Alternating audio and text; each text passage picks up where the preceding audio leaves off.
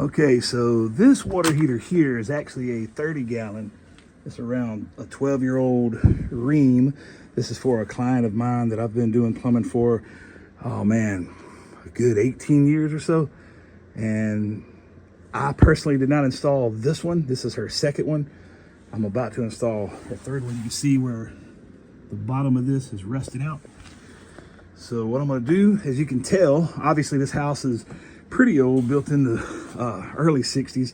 So they've got 1/2-inch copper instead of 3/4. Cool thing though, somebody in the plumbing world back in the day decided to put cutoff valves, so I can do that without doing anything else to the entire house. We can keep water on. I'm gonna drain it down, attach my hose here, and cut this bad boy out and put the new one in. Now, as you can see here, I've got the hose attached. Now, all brands are gonna have different forms of valves down here. This one, I can't stand these. These are actually all plastic. You gotta be real careful. But anyways, you basically turn that all the way on. Got it run down through the basement, which is really, really convenient. And of course out the door, just checking to make sure. You can see all this nasty sediment coming out of the bottom of it. This is what happens when you don't flush your water heaters once a year. So what I did now, you're gonna have everybody's opinions, but as long as you pretty much go with a good supply house version, in other words, what I mean, not a big box store, you know, Lowe's, Home Depot, places like that, unless you really have to. And trust me, I've installed hundreds of those as well. Whirlpool, of course, they don't even make them anymore. What is another one? I think Lowe's has A.O. Smith now, or at least their version of A.O. Smith. Home Depot now has Ream, and here we are with a Bradford White. Of course, I'm gonna plumb it in with some good old PEX.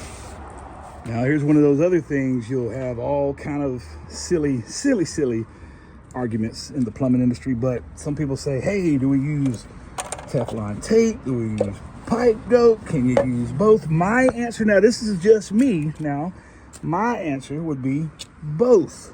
Go ahead and put your Teflon tape, go ahead and put your pipe dope. I'll put it to you this way, 24 years experience, and I have rarely ever had a leak on a threaded fitting where I used both of these. Now this is a great one right here. T+2, it's actually Teflon enriched, and there again, to each his own, but I use both. You can never be too safe when it comes to possible leaks. All right, as you can see there, got my Teflon tape, got my pipe dope ready to roll. You always want to make sure you don't cross threaded fittings, especially if it's metal to plastic, plastic to metal. But even right here where it's like metallic and on metallic, you got brass on galvanized, you still want to be careful just to make sure, you know, you don't cross thread those bad boys.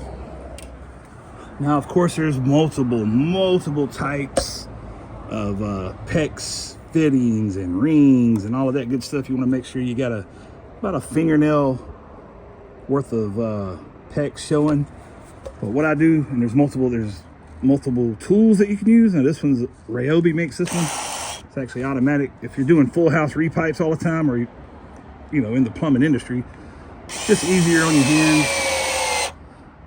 It's literally that simple.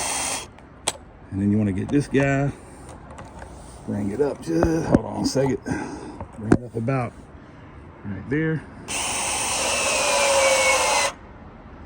And you pretty much get a perfect crimp.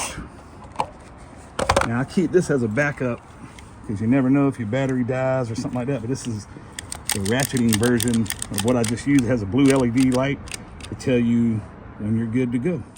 All right, got the old one out, the new one in place. Some nice level center blocks. Now, there again, multiple ways to do it.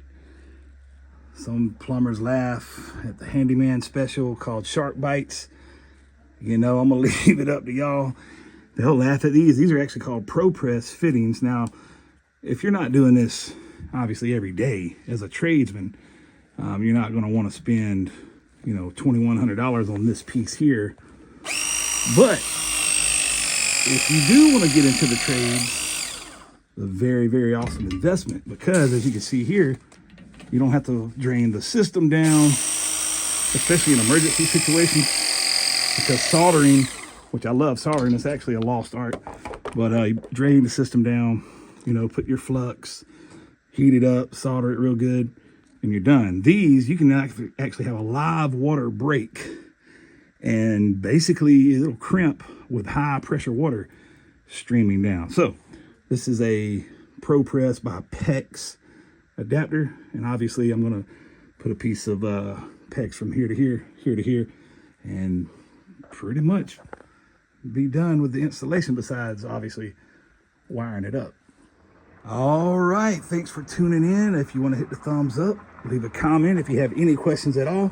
I'm pretty much done here. What I'm going to do is to try to save time, basically while this is filling back up, I'll wire this in, flip the breaker back on. Always make sure to check your power. Always make sure this is 100% full of water on an electric unit or a gas, any heater, any water heater. And before you flip the power back on to it, best thing to do there is turn a hot side on a faucet somewhere in the house until you get a continuous, nice, steady flow on the hot side only.